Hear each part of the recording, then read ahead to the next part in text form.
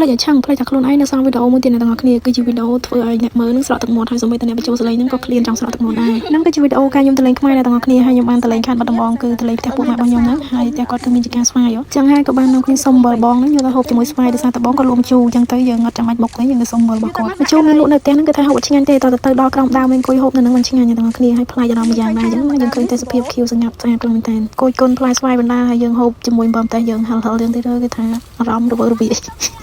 បញ្ចូលសលេងហើយគឺថាមានអារម្មណ៍ចង់ទៅខ្មែរភាសាទៀតឃ្លានក្តឹបស្វាយជាខ្លាំងតាំងតែពីពេលខ្ញុំត្រឡប់មកពីខ្មែរវិញអ្នកទាំងអស់គ្នាមានអារម្មណ៍ថាសំឡេងរបស់ខ្ញុំដូចរៀងប្លែកខុសពីរដងពេលដែលបញ្ចូល voice វីដេអូទៅគឺស្ដាប់ទៅមានអារម្មណ៍ថាដូចមិនទេហើយការពេលខ្ញុំមកពីខ្មែរភ្លាមៗហ្នឹងគឺខ្ញុំឈឺប្រសាយអ្នកទាំងអស់គ្នាហើយឥឡូវគឺបានជីហើយប៉ុន្តែដូចអត់តន់សលេងឆ្លាស់ល្អមិនទេនៅតែរៀងដូចមនុស្សតាំច្មោះអ្នកទាំងអស់គ្នាប៉ុន្តែខ្ញុំរងថ្ងៃគឺអត់អីទេគាត់ថាសំឡេងរៀងនៅប្លែកចឹងវិលត្រឡប់ចូលមកកាន់វីដេអូរបស់យើងវិញឃើញកាន់ទឹកមួយធុងនឹងមកហ្នឹងគឺទុកមកលាងស្វាយអ្នកទាំងអស់គ្នានៅពេលដែលយើងចាត់ចឹងទៅវាចេញជ័រចឹងទៅពេលយើងដាក់លាងដាក់អីត្រាំទឹកត្រាំអីទៅវាអស់ជ័រយើងអាចញ៉ាំបានបើយើងញ៉ាំទាំងចឹងវាកាត់មាត់យើងធ្លាប់តែឃើញនៅក្នុងវីដេអូគេឈៀលបែបថា relax អីចឹងនៅសមុទ្រនៅអីហើយមានម្យ៉ាងមានអីតែពួកខ្ញុំវិញឈៀលជាមួយក្តឹបស្វាយបំតែគឺថាជាតិខ្លាំងមែនតើឲ្យតែថាចង់ឈៀលនៅណាក៏បានដែរមែនអ្នកទាំងអស់គ្នាឈៀលតែចកាក្រួយផ្ទះហ្នឹងយកទៅណាអស់ហើយគឺថារសជាតិវិញឲ្យអួយហ្មងហើយបើនិយាយប្លង់ហូបម្ជូរវិញឃើញតែកូនបើហើយនឹងកូនបើគឺថាកូនបើគឺប៉ះកូនបើអ្នកទាំងអស់គ្នាមកកូនទី2សូវឃើញប្លង់ណានេះដោយសារតែគាត់សូវចង់ឲ្យថតចឹងតែថាកូនបើវិញឃើ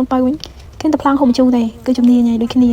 ប៉ុន្តែគាត់ថាចរិតមួយរៀងនិយាយច្រើនត្រង់ទៀតអត់សូវនិយាយច្រើនទេហើយនឹងគឺជាបងបើរបស់ពួកម៉ាក់ខ្ញុំម្នាក់ទាំងអស់គ្នាគឺត្រូវជើងមួយខ្ញុំខ្លាំងមែនតើម្នាក់បកកាយខាងលេងសើចហើយម្នាក់ទៀតបកកាយខាងអង្គុយសើចគេអ្នកទាំងអស់គ្នាមកថាគេធ្វើអីឬក៏ធ្វើកាយវិការគួរឲ្យសំណោចចឹងគឺខ្ញុំសើចដល់តុនខ្លួនហើយណែវិញបកកាយណាខាងធ្វើអីឡប់ឲ្យយើងសើចហ្នឹងគឺនៅជាមួយជាអបសក់ទេហើយបើថានៅផ្ទះវិញពេលមានគាត់គឺអត់ដែរស្ងាត់ទេតែបើថាបាត់គាត់គឺរៀងស្ងាត់តិចហើយវីដេអូហ្នឹងអ្នកទាំងអស់គ្នាអូឃើញនៅប្រហែលដែរចាំជួយខមមិនប្រាប់ខ្ញុំផងដោយសារតែខ្ញុំផុសវីដេអូរៀងយប់ដែរចឹងអ្នកទាំងអស់គ្នាខ្ញុំចេញពីធ្វើការលឿនទេប៉ុន្តែគ្រាន់តែយើងធ្វើហូបបាយរវល់នោះចឹងទៅត្រង់តែបានកាត់យើងកាត់ហើយយប់ជ្រៅចឹងហើយផុសទាំងយប់ហ្នឹងហើយអ្នកទាំងអស់គ្នានិយាយរួមទៅវីដេអូឲ្យខ្ញុំកាត់ហើយគឺខ្ញុំតែងតែផុសឲ្យខ្ញុំអត់ចេះទុកទេនៅអត់សក់ចឹងហើយមិនឲ្យខ្ញុំផុសមួយចាតមកគ្រាន់តែបាត់វីដេអូមួយថ្ងៃហ្នឹងម៉ែរបស់ខ្ញុំនឹងសួរថាកូនឯងមិនបានដែរឃើញថតវីដេអូផុសចឹងនិយាយរួមទៅវីដេអូខ្ញុំទាំងអស់គឺម៉ែរបស់ខ្ញុំគាត់មើលគ្រប់វីដេអូអ្នកទាំងអស់គ្នាហើយសូម្បីតែក្មួយៗហ្នឹងក៏អ្នកគ្នាមើលហើយសួរថាពេលដែលញ៉ាំហ្នឹងឆ្ងាញ់អត់គាត់ឃើញញ៉ាំតំណងចឹង